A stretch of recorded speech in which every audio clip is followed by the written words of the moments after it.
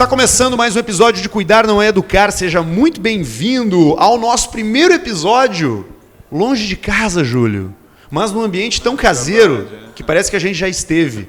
Voltar para a escola é voltar no passado da memória, né? Longe de casa, mas sem sentir saudade, porque aqui é a nossa casa também, né, Arthur? Também é a nossa casa. Estamos no SEAT, no Colégio Evangélico Alberto Torres, em Lajeado. Passamos pela ponte que está sendo reconstruída, enfrentamos algumas horinhas de viagem para fazer parte de um dia muito especial aqui no SEAT, para a gente falar um pouco mais sobre cuidado, sobre educação, sobre o que é feito por aqui, porque são princípios e valores que a gente compartilha, né? O SEAT é nosso parceiro no programa e a gente não queria deixar de aproveitar, também porque estamos no ano de 90 anos do SEAT, né? É isso mesmo? Educação infantil do SEAT. Da educação infantil. SEAT 132. O SEAT 132, 90, que eu olhei a camiseta. 90 anos da educação infantil, a Liz da educação infantil. É mais tempo que Grêmio e Inter. É mais tempo que Grêmio e Inter, é verdade. 20 e poucos anos a mais. E hoje tem Grenal. E hoje tem Grenal. Para isso está aqui o Rodrigo, não vou me arriscar a dizer o sobrenome dele, mas é Ulrich, é isso? Ulrich, isso aí. Ulrich, Rodrigo Ulrich, é o diretor do SEAT. E a Liz... Schramel, que é a coordenadora da educação infantil, pessoal. Séries iniciais. Obrigado, séries iniciais. Foi diferente, né? Obrigado por nos receber aqui. Que coisa boa. Júlio Valls também aqui comigo, né? Eu sou o fiel escudeiro do Júlio, na verdade. Eu ia dizer o contrário. Mas é muito legal a gente chegar aqui num colégio, né, Júlio, com a história de 134 anos que tem, a história de 90 anos da educação infantil, das séries iniciais, enfim, dos pequeninos, e a história recente que exigiu, mais uma vez, uma superação muito grande da escola e da comunidade, né? Rodrigo, bom dia, obrigado por nos receber. Bom dia, para a gente que é uma honra ter aí o podcast conosco, com você, né, Arthur, Júlio também, que já esteve tantas outras vezes. É uma honra por tudo que vocês têm levado aí com esse podcast também de reflexão, de contribuição para famílias, para nós, educadores, com as belas reflexões à luz da bela escrita aí do livro, né, Cuidar Não É Educar, que já é bem disseminado entre a nossa comunidade. O homem aí. É um fenômeno, né? É um fenômeno, realmente, assim, por tudo que também já deixou conosco aí. O Rodrigo, eu tenho ele tanto em consideração que eu mandei o texto em Word para ele, para ver, Rodrigo, qual é a tua opinião sobre o livro? Tu vai revelar isso? Confiou que ele não ia alterar alguma parte que ele não concordasse contigo. Até eu certamente melhoraria o livro, né? E o Rodrigo gostou do livro e eu acho que isso ajudou ele também a comprar a ideia do podcast, né? Uma pessoa que está do nosso lado há tanto tempo, né? Então foi um bom interlocutor, né? E tu vê, vamos puxar um pouco de a brasa para o lado deles, né? A gente entrou, eu vim aqui outra vez, entramos no colégio hoje, a dimensão da água que esteve aqui, né, 3 metros acima da nossa cabeça, onde a gente está hoje, né, e essa escola como ela está hoje, está bonita, está recuperada, graças, claro, ao empenho do colégio, o empenho da comunidade. E aí é que a gente estava conversando antes, né, Rodrigo e Liz, né, são momentos em que a gente perde a referência até da vida, né? E como é importante nesse momento ter pessoas que estejam próximas e que se abracem, se retroalimentem. Vamos lá pegar a vassoura e pegar o balde, pegar o pano e chorar junto e conseguimos levantar de novo, né? Isso é cuidar, né?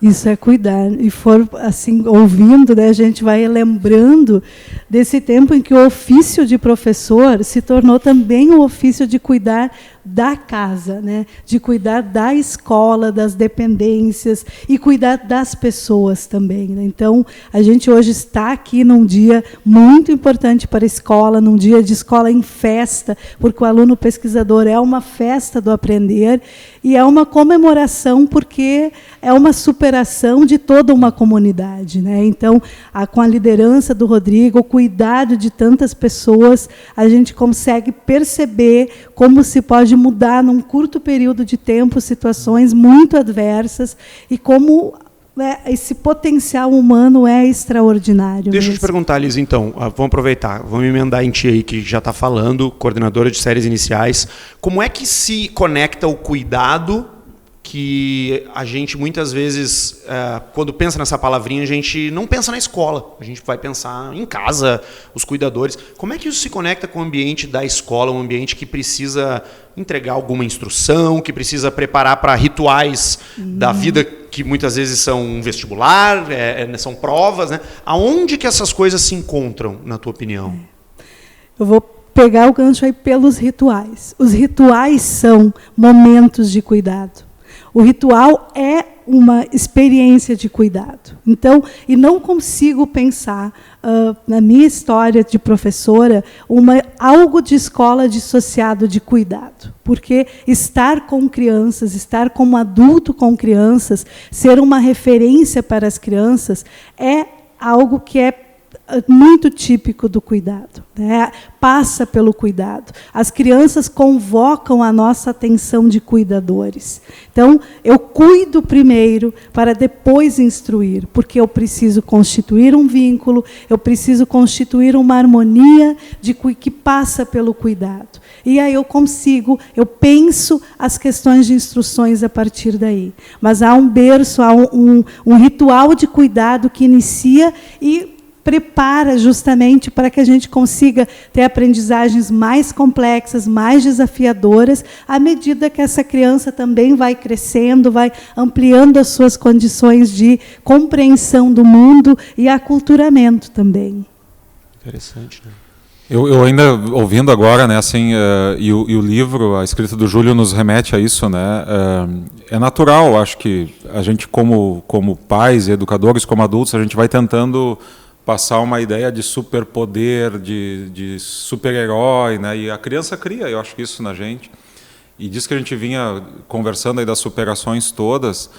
Cuidar também é ser original, assim, é poder olhar, ser humilde, né? Também deixar para uma criança ou para esses que estão aí se desenvolvendo conosco as nossas fragilidades também, assumir isso, né? E a gente viveu isso tudo juntos também, de poder ver um professor que não está bem, de um pai que não está bem, e isso não significa não dar a volta, né? Mas é olhar com respeito para essa criança também, para o momento que a gente vive. E o empoderamento se dá a partir disso também, né? Eu acho que o livro nos provoca para isso, né? Para olhar para essa infância como ela é, né? Interesse pela criança, né, Júlio? A gente fala disso tanto, né? Claro. Tu sabe que eu me lembro sempre do Spinoza, né? O que é bom para um ser humano, né? Um outro ser humano sem preconceito, né? Isso é fundamental, a gente poder gostar, ter liberdade para gostar é tão bonito, né? Eu estou emocionado com a escola aqui, Arthur. Eu realmente estou vendo o que eles viveram aqui. Mas poder gostar de alguém, sabendo que ele tem um ser humano que tem dificuldade, que é frágil, que o outro lado tem um ser humano que é frágil, que tem dificuldades. Isso talvez seja o grande aprendizado da vida, porque para que temos tudo isso, né? Talvez a única coisa que nos faça nos sentir bem realmente é poder gostar. Gostar realmente de um outro ser humano, e quando é uma criança pequena que veio, está entre nós, está surgindo, daqui a pouco cria asas, começa a caminhar, já começa a enfrentar, começa a desafiar, a fazer pergunta, e a gente tem que continuar gostando de quem começa a bater na gente, né, Liz? Gostar, inclusive, dos desafios, né? Gostar, inclusive, das adversidades. Mas isso é muito bom, isso que o Júlio está falando, porque isso é muito vida real de quem tem filho, né? De quem convive criança. Gostar mesmo quando eles começam a fazer um esforço para que tu não goste mais, né? E gostar mais, porque ali a gente também, né, consegue perceber todas as habilidades humanas, né? Então, acho que é algo que também vai nos mostrando que aquilo que se realiza, que tem tem um encontro, alguém está buscando. Tem uma beleza naquele caos ali, né? Tem uma estética. Mas tem que ter uma disponibilidade da pessoa para isso, né? É uma atenção, é um cuidado, é um tempo, né? Mas quando tem propósito, né, eu penso isso assim também, a gente lida com os terceiranistas, por exemplo, né, que concluem a vida na escola. Ali tu tem exatamente um pouco essa coisa paradoxal, assim, né? Porque o pai chora porque o filho está saindo da escola e isso para ele passa a ser um desafio tremendo, porque, nossa, são 18 anos vivendo aquela mesma... E ao mesmo tempo ele chora porque ele está alegre, porque ele conseguiu alguma coisa. Então, quando você é desafiado pela criança, é porque você desenvolveu autonomia, você desenvolveu criticidade nela e ela está sendo desse jeito, né? Então, dá esse sentimento, mas agora está me tirando do meu lugar, está me desconcertando. Mas, ao mesmo tempo, ele está sendo aquilo que você está propondo, né? Então, quando a gente tem isso, ou consegue ter isso muito claro, né? Ou consegue evidenciar ou esclarecer isso, porque a gente não é perene o tempo todo, né? Eu acho que é ali que a relação evolui, né? Que a coisa avança. A vida entre pessoas é sempre tensa, né, Rodrigo? Sim, é isso aí. Sempre há um grau elevado de tensão, às vezes não tão elevado, mas a vida humana um convívio é tenso, e dentro da escola é tenso, na família é tenso, e entre os amigos do futebol é tenso também, né? E administrar essa tensão no sentido de que, não precisa ser rompido, não precisa ser destruído, não precisa ser jogado fora. É uma arte que eu acho que a escola é um grande potencial para esse ensino, talvez até melhor do que a família, né? Essa capacidade de não jogar fora quando tem um conflito, né? Isso, não jogar fora o conhecimento, não jogar fora a amizade, ou não jogar fora a capacidade de aprender, que é um ato impulsivo, né? Mas a escola é um grande... É uma grande plantação, uma grande sementeira para que isso possa ser produzido, né, Liz? E penso muito no sentido realmente de que essa tensão há algo que, né, os professores têm uma capacidade de conviver bem com uma tensão, né? É uma arte de fato, e é também pensar todo o conflito como uma oportunidade de aprendizagem, porque a escola não é o espaço de aprender só sobre as ciências, as matemáticas, mas é um espaço de aprender sobre as relações. Isso eu gostaria de entrar nesse ponto. A escola como um ambiente que, da porta para dentro, ele precisa conter várias coisas que tem que acontecer e que bom que estão acontecendo nesse ambiente aqui, né? Que muitas vezes não é realmente, como ele está falando, aprender uma fórmula ou decorar uma data, mas é uma briga pelo balanço durante o recreio, é um esperar na fila do bar para poder pegar o lanche que está demorando e lidar bem com aquilo, né? E em momentos de tensão e conflito, estar em um ambiente onde isso vai ser endereçado e vai ser regulado da maneira correta, né? Tu sabe que eu me lembrei agora do seguinte, tu falou o portão para dentro, né? Quando o portão é para dentro, a família fica fora. Fica fora no seguinte sentido, eu não sei o que ele está fazendo lá dentro, claro, né? Mas a gente não sabe. E eu me lembro bem que os meus filhos eram assim, eu perguntava, e aí, como é que foi a escola hoje? Silêncio, não fala nada. E a professora, silêncio. O que tu aprendeu? Não falava. E a não falava.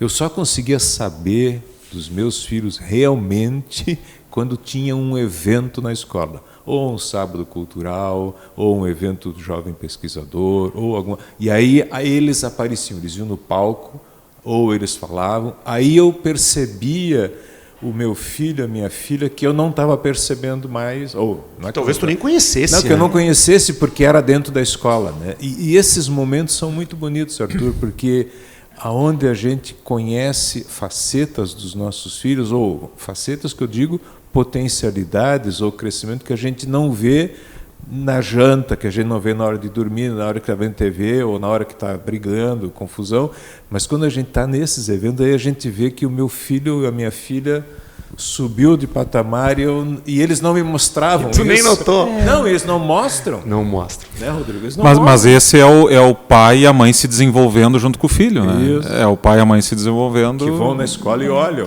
Também tem os que não olham. É engraçado, uma coisa que o Júlio fala, assim, que é algo que eu penso muito, tu assim como teu filho, é a primeira vez que tu está passando por aquilo também, né? Isso. Às vezes a gente se coloca, enquanto pai, numa posição de... Não, é comigo, mas tu não sabe o que está fazendo, cara. Tu não tem ideia do que tu está fazendo. Tu está aprendendo também, né? E esse é o papel, a escola é o ambiente da socialização a partir daquele movimento na família, né? Então, a escola vai fazer isso, né? Vai gerar isso e vai desenvolver a criança, vai desenvolver o pai e a mãe. E aí tem contextos novos hoje, né? Quando a gente falava dos desafios que acabam surgindo também, nem sei se são desafios, são coisas da vida, né? Muitas vezes não aconteciam pela primeira vez na escola. Hoje as crianças vêm mais cedo para a escola, são menos filhos nas famílias, não tem mais tanto aquela situação da grande família de primos, toda aquela coisa, né? Então, muitas coisas aconteciam antes ali. A criança, quando ia ter uma coisa na escola, de um desentendimento, ela já tinha vivido com o irmão, com o mais velho, com o primo, né? E hoje, muitas vezes, isso acontece mais pela primeira vez, a estreia disso é na escola. E isso desorganiza esse adulto que estava com uma organização diferente, né? A própria escola, o próprio adulto, né? O pai e a mãe vivem isso diferente. Que ontem mesmo eu li uma pesquisa da Universidade de Stanford, nos Estados Unidos, que fez um apanhado de 1930 até 2024 sobre como casais, pessoas que se juntam para formar uma família, se conheciam. Em 1930, vizinhos, igreja muito, na escola muito. E isso, assim, rivalizava, né? Era 30% vizinho, 20% escola, não sei o quê. Trabalho. Corre para 2024. Casais se formam 96% das vezes num ambiente virtual. As outras categorias, elas são quase nulas. O trabalho aparece em segundo lugar, pequeno. A escola, logo depois, pequeno também. Como vocês enxergam? Porque eu pensei nisso, Rodrigo, porque tu falou dessa coisa, antes as famílias eram maiores, as pessoas viviam fenômenos em casa, né? E hoje parece que está todo mundo passando pela primeira vez. Como é que vocês enxergam essa criança que vem para cá em uma família menor, com menos relações, que muitas vezes brinca menos na rua, que muitas vezes conhece menos pessoas do que há 30, 40 anos atrás, né? Visto que a escola está presente aí há mais de uma centena de anos? Eu costumo dizer assim que na sociedade, de fato, o ambiente escola, o ser escola, esse dispositivo social é o porto seguro da sociedade. E ótimo. Nós precisamos assumir isso. E assumir isso, claro, todos os potenciais, a nossa responsabilidade também, que nós somos um ser em constante evolução, em desenvolvimento, que também temos falhas, não somos perfeitos, né, enfim, mas nós precisamos, sempre falo isso muito para os professores, né, essa discussão toda que existe hoje, de valorização, meia parte disso está em nós. Como é que eu realmente sou aquela autoridade na sociedade em meio a tantas questões que estão aí? Como é que eu sou esse porto seguro, né? E nessas questões todas, lembra assim, a gente é uma escola comunitária, então muito ativa, as famílias participam. Ontem um pai comentava comigo, mostrou um vídeo desses de internet e tal, de que uma criança lá com celular e tudo, né? E eu disse, cada vez mais eu vou vendo assim de como foi importante em alguns momentos nós como escola sermos mais conservadores em relação às questões das tecnologias. Nós fomos assim, eu acho que uma das últimas escolas na região a ter o Wi-Fi na escola. Nós tivemos um menino que saiu do colégio e voltou porque na outra escola os alunos estavam no celular no intervalo, ainda que não tinha tantos dados, era mais o Wi-Fi e coisa. E daí porque aqui no intervalo pelo menos eles interagiam, sabe? Então a gente tenta, nessa responsabilidade que a gente tem, poder de fato se apropriar juntos das questões que surgem para que a gente viva elas adequadamente ou de uma forma que elas sejam saudáveis. Especialmente para essa criança, para esse adolescente que está aqui conosco, né? Então, perpassa por isso, assim, nós precisamos ter esse protagonismo assim nobre mesmo, que eu digo, não é aquela coisa do senso comum, assim, é realmente ser diferente, sabe? A escola tem que... Bonita essa imagem da escola como porto seguro, né, Júlio? Isso que eu ia... Liz. E quero assim reforçar e destacar de como isso é uma clareza dentro da escola, né? No sentido de entendermos e compreendermos que o nosso cuidado não será o de imitar ou de seguir aquilo que está acontecendo, né, em algum, né, seguindo uma onda, seguindo uma moda, mas realmente seguindo os princípios da escola, né, que são muito claros, que estão presentes nesse dia a dia, e tendo coragem de dizer, não, nós não vamos levar o Chromebook para a sala de aula, nós vamos levar as crianças para o bosque, né? Então, isso para nós é muito claro, e as pesquisas e o que nós temos lido hoje tem comprovado e tem também, né, assegurado de que essas foram escolhas muito acertadas, e nós temos diariamente também a comprovação disso, né? Com uma atenção, com uma regulação melhor, com realmente a gente conseguindo investir nas relações e nas aprendizagens uns com os outros, e também aproveitando muito esse espaço de natureza que a escola oferece e tendo muita clareza da importância disso no crescimento e na formação das crianças, né, desde o berçário e de toda a comunidade escolar. Esse programa aqui não é de propaganda do SEAT, Arthur, tu sabia disso?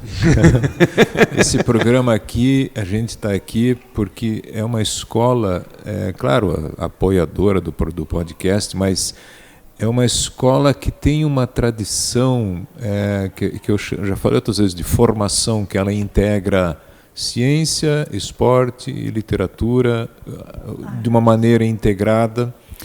E ao mesmo tempo, isso que o Rodrigo falou, né, é uma coisa bonita, assim, porque talvez poucas pessoas estejam pensando isso que o Rodrigo disse.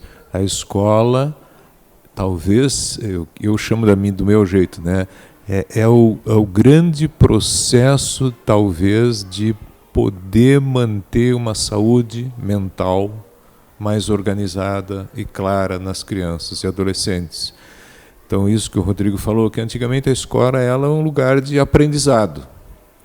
Hoje é mais que isso.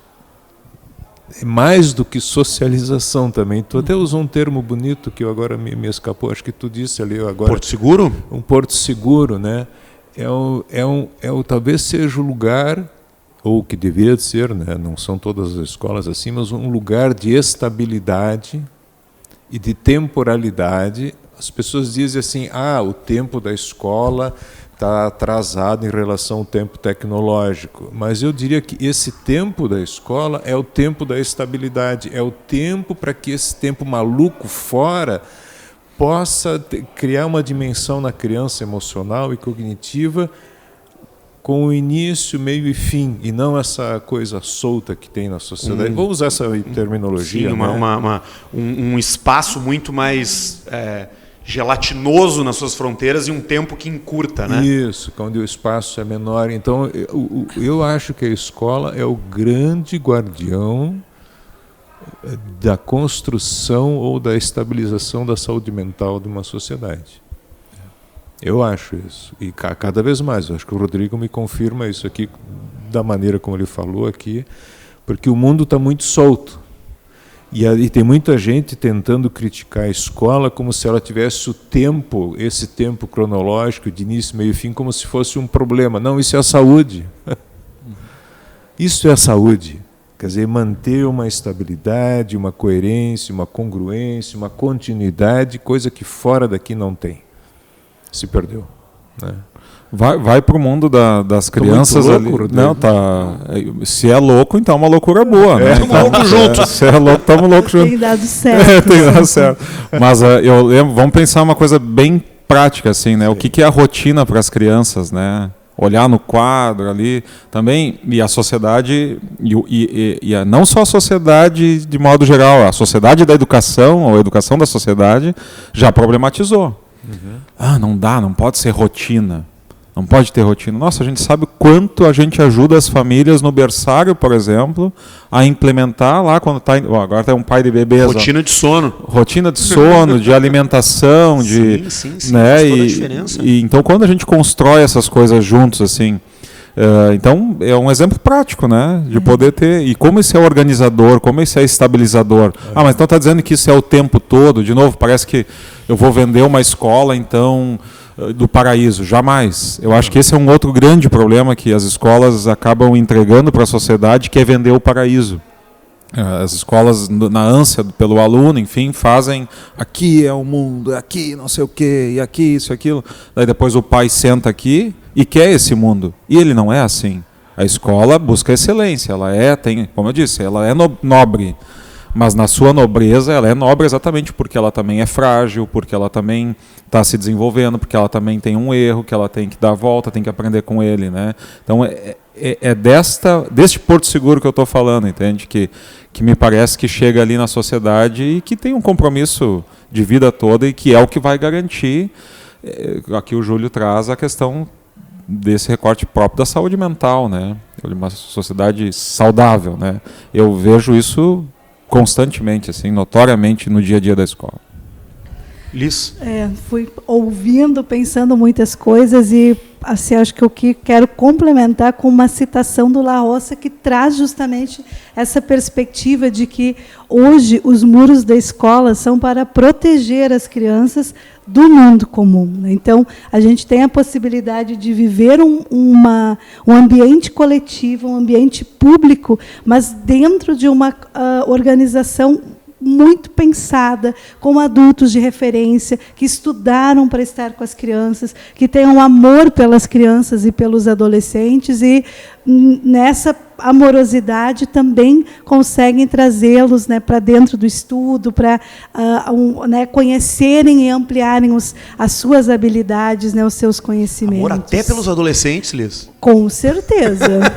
Deixa eu perguntar. O professor é uma figura, né, o ofício, ele traz isso, ele convoca. Estar com adolescentes também é algo esplêndido. É que a pergunta do Arthur remete, assim, Arthur, para o que a sociedade entende no senso comum, né? Sim. A gente romantiza isso, né, no sentido assim da perfeição. Amar é dar um xingãozinho, é isso, sabe? Talvez então, esse amar que eu falo é se importar com o outro. Isso. O amar do cuidado. O amar do cuidado, de quem vai dizer não, eu não permito, eu vou trazer o limite, eu vou, né, abraçar em outros momentos. Então, é um amar que talvez também não seja a palavra comum, né, esse amor que, né, mas é algo que prescinde dessa relação. Para mim, né? é muito, muito importante traduzir de uma outra maneira isso que eu te disse, só com outra palavra, só que é o amor à verdade.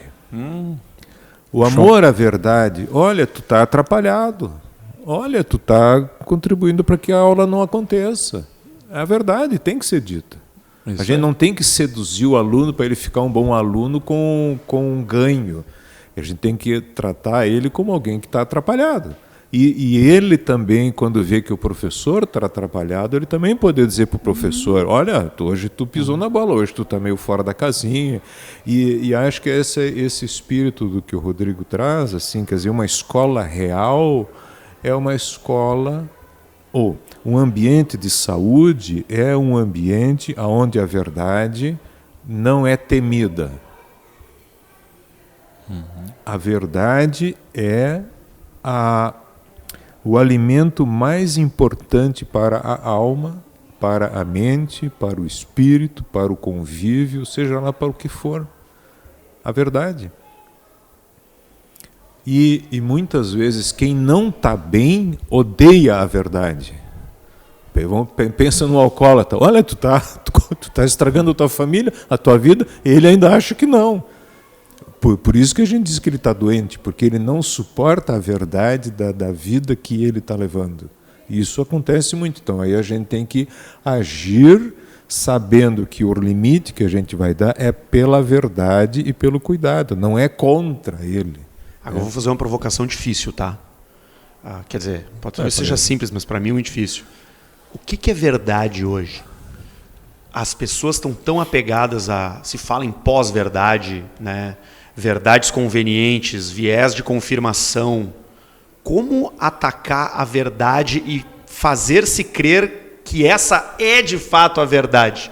Quebrando alguma crença limitante, quebrando alguma visão de mundo que está difusa por qualquer que seja a razão. De que maneira se faz isso?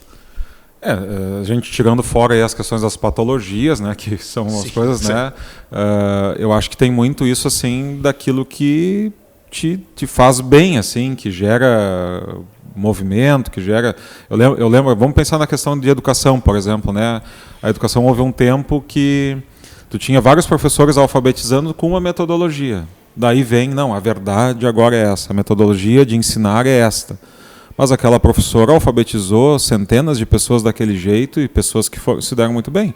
Você dizer para ela que aquilo não andar mais certo, talvez vai dar problema. Então, que ela siga fazendo daquele jeito, sabe? Então, eu acho que tem algumas coisas aí que perpassam por isso, assim, quando a gente pensa nisso de verdade. Tem aquilo que tu está apropriado, aquilo que tu está né, enraizado mesmo, no sentido de fazer as coisas acontecerem, né? Prática, experiência. Prática, experiência.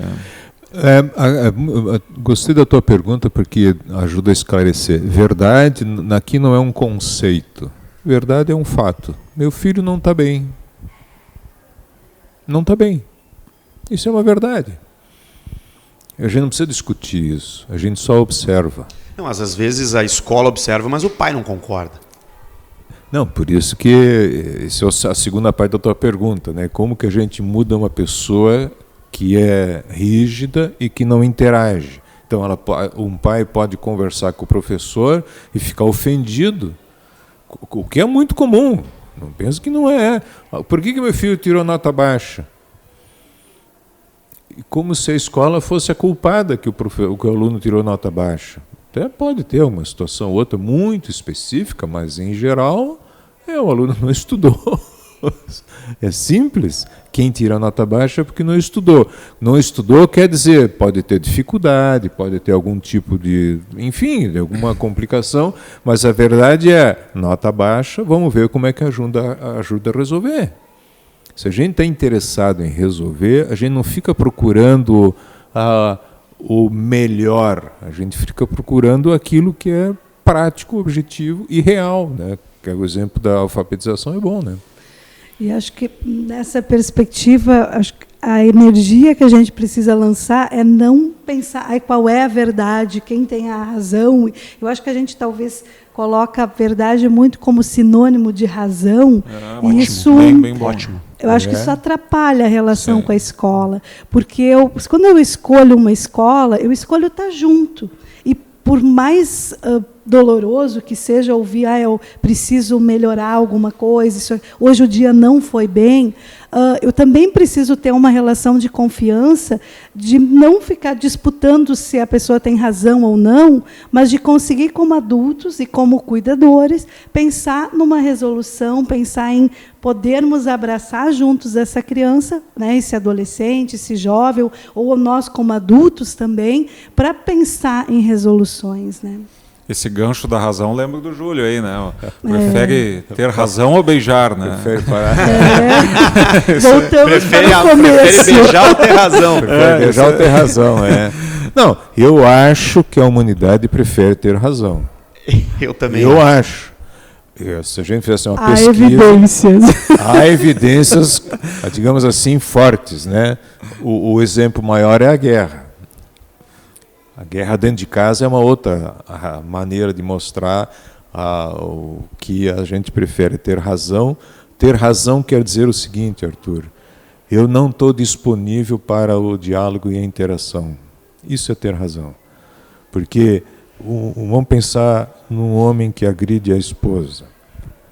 Ele vai dizer que ele a agride por causa de, mas ele nunca vai dizer que ele é agressivo. A verdade é que ele é agressivo. Quando eu estou no por causa de, agora eu vou falar da minha disciplina, né? Quando eu estou no por causa de, eu estou longe da verdade. Em geral. Porque eu tenho que saber que eu sou agressivo e eu sou perigoso. Agora, se eu disser que eu bati nela por causa que ela não pinta unha de vermelho, ou porque ela não vai no cabeleireiro toda semana, ou por causa que ela não faz lasanha de presunto de queijo, como a mãe dele, ele está louco. É por isso que existe o direito, né? Sim, alguém para mediar. A lei, existe a lei porque as pessoas não conseguem se entender, então tem uma lei do pode e não pode, porque a pessoa que é, vamos dizer assim, que é a dona da verdade, tem que se submeter a algo maior que ele, porque ele por si só e pelo diálogo com outra pessoa não sai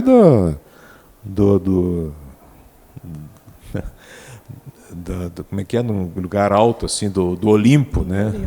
Do Olimpo, né? Porque quanto mais louco a gente é, mais Deus a gente é. É o delírio da onipotência. A saúde mental, ela vai piorando na medida que a gente se sente cheio de razão. E quanto mais doente a gente é, mais perto de querer ser Deus a gente está. Profundo, hein? Põe profundo aí. Fomos longe. Mas eu acho que fomos longe, mas ficamos no mesmo lugar, que é justamente o de valorizar todos esses aspectos que são vinculados ao interesse pela evolução, ao interesse, como a Liz falou mais de uma vez aqui, o interesse até por aquilo que é a parte difícil, porque aquilo muitas vezes é onde catalisa mudanças bacanas, né? Acho que estar aberto a isso talvez seja o grande negócio, né? Estar disponível, né? Para falar a verdade, para ouvir a verdade também, né? Isso é presente na escola, né? Eu lembro do poder lá no próprio berçário, a gente falou muito aqui do adolescente, é aquela criança que mordeu, às vezes a gente vê ali o pai do que mordeu sofre mais. Não, o pai do que mordeu sofre mais às vezes do que o que foi mordido, né? Então, mas é isso, é poder, hoje aconteceu isso, temos que lidar com o fato, né? É isso aí, a vida é com isso. O fato de não sermos perfeitos. Exato, né? aí, né? Isso aí. Sensacional. Agora vamos rapidamente aqui falar um pouco sobre o que está acontecendo hoje aqui na escola. Tem apresentações, tem exposições, todas as turmas participam. Liz, fala um pouquinho para a gente sobre o dia de hoje. Bom, hoje nós estamos no dia da 10ª edição do Aluno Pesquisador, iniciou ontem já, e são 2 dias de apresentações de trabalhos, de pesquisas. É a 10ª edição, os trabalhos, as pesquisas começam sempre já no primeiro trimestre letivo. Então, hoje é um dia, ontem também, né, um dia de festa na escola. E a gente, na educação infantil e séries iniciais, está justamente chamando isso de festa do aprender. A gente está num estúdio aqui. É um dos direitos, né? É um direito da vale criança, relembrar, né? As famílias passando aqui do lado. E a gente tem, nesse mês, né, do Reinventando a Infância, pensado a questão do aprender como um direito da criança, né? Então, hoje, poder apresentar isso para as famílias está sendo um dia muito festivo, a energia da escola está emanando isso, nessa participação da comunidade, esse orgulho, né, essa questão de conseguir vir de mão dada com as crianças, olhar com atenção para aquilo que elas têm realizado. É um dia muito importante para a escola, é um dia de festa mesmo. Legal. Deve ser muito... Eu me lembro, assim, quando estava na escola, que quando os meus pais iam na escola comigo... Olha, isso aqui é minha área. Hoje está importante. Eu domino. Aqui vocês estão chegando no meu lugar. Meu campinho. Ali tem um esconderijo, ali não sei o quê. É muito legal essa relação também, né? E mais um momento de vida real, né? Tinha borboletas na barriga aí de crianças bem pequenas aos grandes, aos adultos, o professor, todos nós ficamos também com ansiedade, euforia, alegria, nervosismo, ou seja, a gente vai lidando com a borboleta? Vida. Tem. Borboleta é isso? Dizem que é, ansiedade no estômago? Pode ser. Não conhecia essa expressão. Pode ser, mas as profs trazem essa fala assim, né, muito para as crianças, né? As borboletas no estômago. Isso aí. É melhor que ansiedade, né? Uma outra maneira. Borboleta. Eu acho muito bacana, assim, até tinha perguntado para o Rodrigo antes se isso é uma lei nacional de ter esse período de fazer pesquisa em escola secundária, primária. Aqui isso faz até no berçário, né? Coisa impressionante. São os maiores pesquisadores, os bebês. Os maiores pesquisadores, né? Isso talvez seja uma possibilidade para o país, né? De formar mentalidades de pessoas que sejam capazes de pensar academicamente as coisas, né? Porque o que é a ciência? A ciência é poder saber que existe um método e que esse método vai me trazer informações que não estão baseadas em mim. Quer dizer, a ciência é um conhecimento que não depende de mim, no sentido de que a minha opinião é mais importante. A ciência é uma coisa de humildade. É muito bonito isso, muito bonito. Bah. Legal demais. Eu sei que o Rodrigo tem que ir para o painel, né, Rodrigo? Isso, porque senão nós vamos ter que fazer um outro podcast aqui para discutir. Nós vamos ter que repetir mais uma vez esse encontro. Que o meu menino vem para a apresentação dele aí, então. Né, qual é a pesquisa dele? eles estudaram aí a região, né? Então olharam para a história das diferentes cidades, também à luz do rio aí também, né? Então, olha só. E ele escolheu aí a cidade aqui vizinha, né? A cidade de Estrela. Então ele vai, do que eu consegui acompanhar, minha esposa, ele ontem, né, apresentou para ela, eu cheguei, estava aqui no Aluno Pesquisador, cheguei em casa, a minha esposa disse, olha, o Tobias apresentou de novo aí, né? E ele tinha dito antes de eu sair que ele queria apresentar para nós dois. Ele conseguiu apresentar para a mãe. O pai estava aqui na escola, né? Agora a gente vem os dois para assistir 15 para as 11 aí a apresentação dele e dos amigos. E tu não estava e não era um pai ausente, né? Não. Isso é que é legal, a gente não precisa estar presente. Boa, né? Olha, não é um pai ausente, um pai presente. Não falei com remorso assim, né? Não, falei bem, né? Falou bem. Nós vamos ver o que ele achou, ele é que vai dizer. Liz, muito obrigado por nos receber aqui, meus parabéns pelo trabalho com as séries iniciais, pelo engajamento com a comunidade. É muito legal te ouvir falar, especialmente dessa parte dos pequenos. Muito obrigada, e que bom tê-los aqui conosco hoje, nesse dia tão especial. Coisa boa. Rodrigão, vamos te liberar para tu ver o pequeno lá. Isso né? aí. Tem que falar de Estrela. Votos de sucesso aí para o podcast sempre, né? Que vai contribuindo com as pessoas, com a sociedade aí. Muito legal. Valeu, Júlio. Abração. A gente que agradece vocês, o SEAT, porque acreditaram no projeto, e o projeto tem essa mentalidade. É a vida real, sem milagres, sem acusações, sem ficar achando soluções mágicas, mas é uma caminhada, e o SEAT é realmente um berço bonito para o podcast. Muito obrigado, Rodrigo. Você escuta outros episódios aqui da temporada e da primeira temporada no Spotify e no YouTube. Compartilhe com seus amigos. A gente está de volta na semana que vem. Esse é Cuidar Não Educar.